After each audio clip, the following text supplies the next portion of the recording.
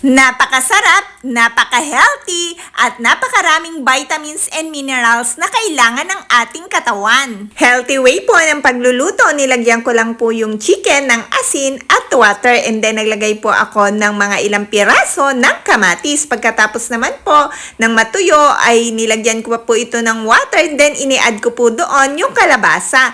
Then sinunod ko pong ilagay ang mga talong. Pagkatapos naman po ay hinalo-halo ko ito para mag-combine, then nag-add din po ako ng bell pepper at zucchini.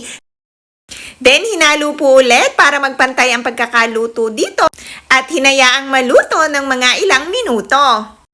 At hindi ko na po ito pinatagal dahil tayo naman pong mga Pilipino ay mahilig kumain ng hapko. Kaya naman po ito, nang maluto na ay nilagay ko lang po dito sa pinggan.